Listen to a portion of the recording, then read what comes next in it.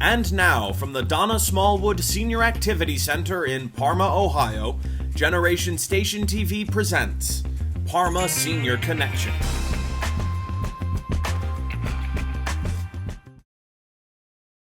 Welcome to my abode. We're delighted to be here, and thank you for your willingness to be interviewed and to share your story with us. Darling Bill Hamey was born May 20th, 1927. Correct? That makes him 95 years old.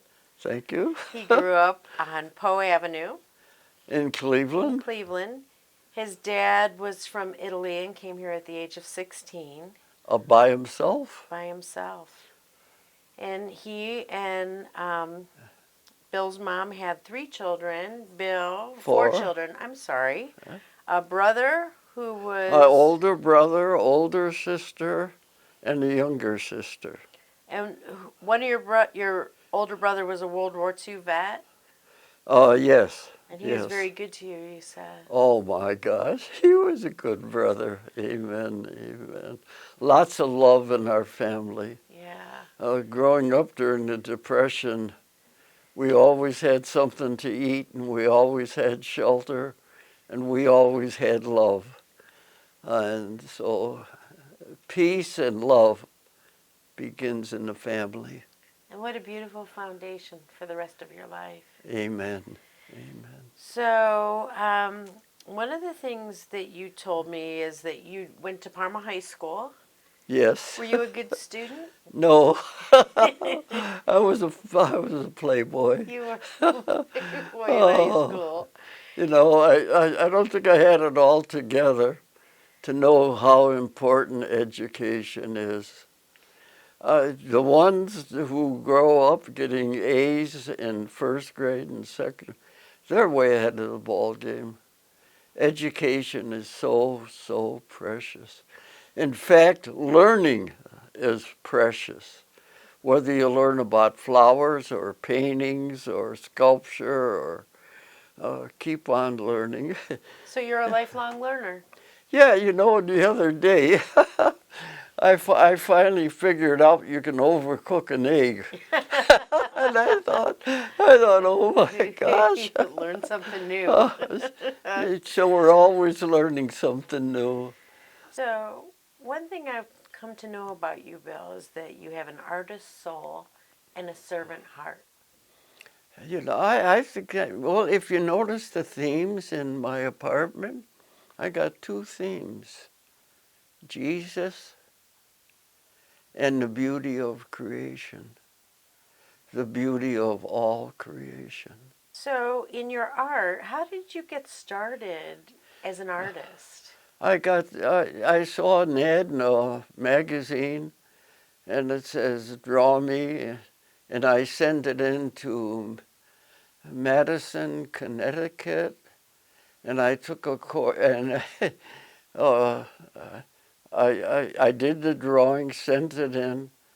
About a month later, a guy knocked on my door, and he said, I have the results of your test. And I said, okay, come on in. So that was in the 1960s. And so I took a correspondence course, which is one way to learn. I think having a teacher present and on board is better, but you can learn through books. But you attended art school. You studied with Robert Brackman?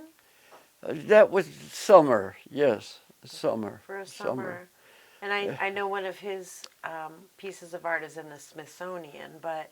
oh, yes, yeah. Where did you do, where was that summer? That was in Connecticut. In Connecticut. Every summer I used to go and enjoy the atmosphere and the learning and the fish. Yes, yes. The good seafood. So, you also studied overseas? Well, those were special vacations. And there was an artist, sometimes his wife was with him. And we would, first one I went to Puerto Rico, And he would teach early in the morning, then all day painting, and then at night the critique. And so it was a beautiful vacation because everybody, a painter or a spouse, was into art and painting and appreciating. And did you paint throughout your adulthood? No, yes, I didn't start until about 28 or 29 because I thought the Lord passed me by and didn't give me any talent. But everybody has a talent Yes. in something. And you worked as a printer with a print shop? Printing was very good to me. There was a man in church, I played baseball for him, Andy Balica, and he said, if you don't have anything going, Bill, give me a call. And he was the vice president of Copyfire Printing. So I didn't have anything going, so I went to see him. I took a test, and I stayed with printing for 42 years in four different companies. Yeah. So it was really a good job, really a good job. Everything you see in the grocery store and at Heinen's and Giant Eagles has a label on it, and that's usually lithographed. And sometimes we would print a contest, and that press would be running for maybe 2 weeks, day and night. And then they would come in and print the winners, and the man would take everything that we used and ran for a very short time. So more losers than winners, more losers. So throughout the course of your life, you've seen things like addictions that bring people down and separate them from, the Lord and Christ, and everybody kind of suffers in one way or another in their lifetime. You've gone through some suffering too, haven't you? I've had a few addictions, and I just decided up here, this is really important up here. Mm-hmm. Once you decided on a different path and a different way, go for it. You've done a lot of ministry work in your lifetime. Through your church, were a volunteer at the Hunger Center there, yeah? Well, volunteers are beautiful. Volunteers make things happen. And yes, I volunteered. I started teaching Sunday school at around 25. And I'm still teaching. I'm teaching in this building tonight at 7 o'clock.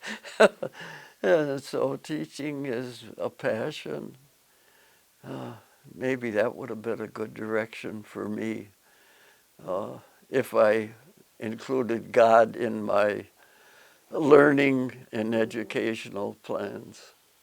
But it begins with so. You grow wiser as you get older, the more you live and learn, right? Yeah, there's a German saying. I don't know what the German saying is. Yeah.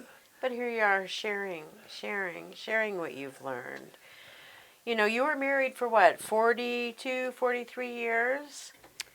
Yes, and I was married about the same number of years. Yeah. Yeah. So your wife, Jane, you kind of both went your separate ways, but... No, honey, no. I mean, you were married the entire time. I didn't mean you went your separate ways, but... But actually, you could, that's a good including word, because I think somebody explained to me, like, in a marriage, it's like two boats starting out on the lake together. And somehow they start drifting and not keeping in touch. A good word for seniors is focus. Focus on everything you do. Now you're a senior, you're not like you were a mom taking care of 5 kids at one time. Super busy. Now we have to focus on what we do. When I go in the kitchen, I have to focus on cooking. Because if I don't, I'm going to get myself in big trouble, which I have done. I have done. One time I put some eggs on the stove, and I looked out the window and it was a beautiful day, and I said, I'm going for a walk. And I went out, and when I come back from my walk, there were 3 firemen in my apartment with the window open and blowing out the smoke.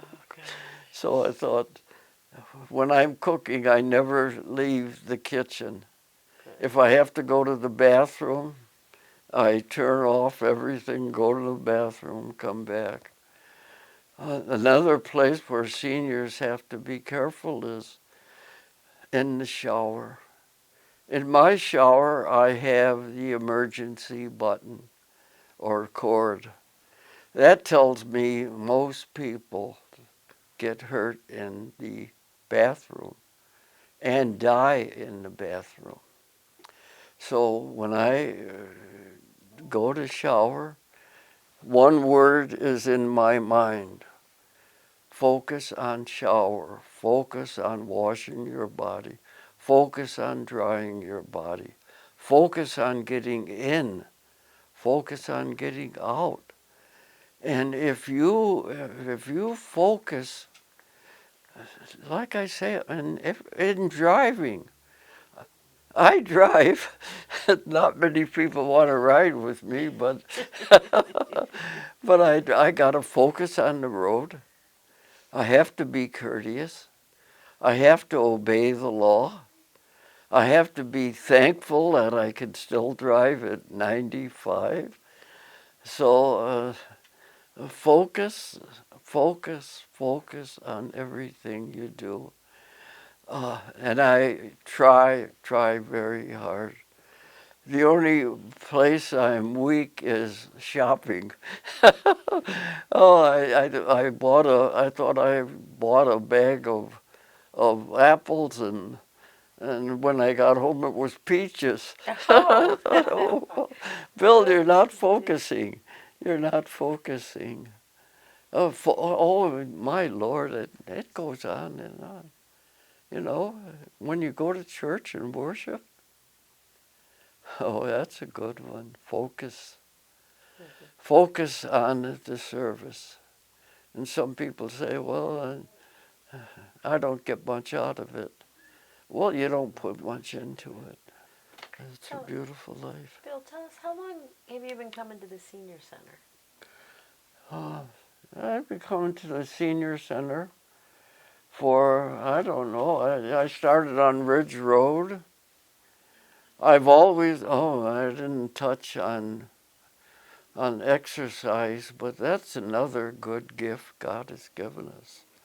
When I exercise here in the apartment, and I try to focus on exercising. Focus is a good word. Maybe pay attention what you're doing. And if you were in service, the key word is pay attention. Pay attention what you're doing. Would you like to talk about your friend Sally? She's a special friend of yours. Oh my gosh. Where did you meet Sally? I met Sally at the YMCA, and the pictures that I gave you, I'm wearing this shirt when I won a prize at the dance. And my wife passed in 2015. Sally's passed in 2015. Sally had a beautiful marriage. They worked together. They built a little kingdom. They saved their money, and they were both looking out after. Oh, a lot of couples do this. They were looking out for the one that survives. And today, Sally's in that real fancy nursing home over on Day Drive. Vista Springs. Oh, thank you. I can't remember that. They do, it's probably a couple thousand a month. Yeah. But, you know, it's just a beautiful thing to work together. Well, it's a beautiful thing you have such a nice friend and a lovely friend. You look out for each other now, yeah? Oh, my gosh. Oh, yeah, she's... when I first met Sally, I could see the fruit of the Spirit in her. And what is the fruit of the Spirit? It's the beautiful way people live. So the fruit of the Spirit is love, joy, peace, patience, kindness, gentleness, faithfulness, generosity. I think maybe I missed one there. Oh, self-control. Self-control, yes. Now, Sally did not have all of those virtues, but I could see things in her that I wanted to get to know more about. And you know, I think our faith is like that. Our faith, I was baptized. I didn't go to church until about 10 years later. And I went to a Christmas Eve service. And I kept going back. I didn't know why, but I knew there was something good there. And there was. Yes, yes. And it was Jesus. Yeah. It was Jesus. So Sally has been a blessing in my life. She's been through the mill for over a year, still doctoring greatly. Mm-hmm. But can you fall in love at 90? Why not? Yeah. Why not? Well, maybe that's the best time. Oh, maybe that's the best time. That's great. Love. In fact, my mom and dad, on their tombstone, love never ends. Yes. That's 1 Corinthians 13:8. Love never ends. You know, actually, medium is simply oil painting, pastels, acrylics, watercolor. I stuck with oil because that was the medium of the masters. I hope you spend time at the art museum. I don't know. If you have to go alone, go alone. Maybe that's the best way. No, women shouldn't go alone because guys always approach a woman that's alone. If there's 2 or 3 women, they'll never approach them. Safety in numbers. Amen, yeah. My niece told me the other day. Well, anyways, a few years ago, I had a couple of nieces come in the apartment, and they said, "Uncle Bill, you got nudes on the wall." And the first time I went to an art class where they had nudes, I kept dropping my pencil. And am I supposed to be here, Lord? Am I supposed to be here? But you know what? I would say 99 and 9/10 of all art classes. If you say or do anything that's inappropriate to the model, you're out. You're gone. The teacher will say, pick up your stuff and leave. You're not thinking about painting. You're not thinking about painting. Anyways, it's, so I've seen nudes, yes, but it's part of the art training. It's part of the art. Again, at that time, maybe I was focusing, but again, that's a good thing. Focus on what is above, not below. That's a Bible verse too. But I was a starving artist. I was a starving artist. In other words, to be successful in anything, you have to have 50% talent, 50% business, 50% hustle. And I did the painting, but I'm a starving artist. Yeah.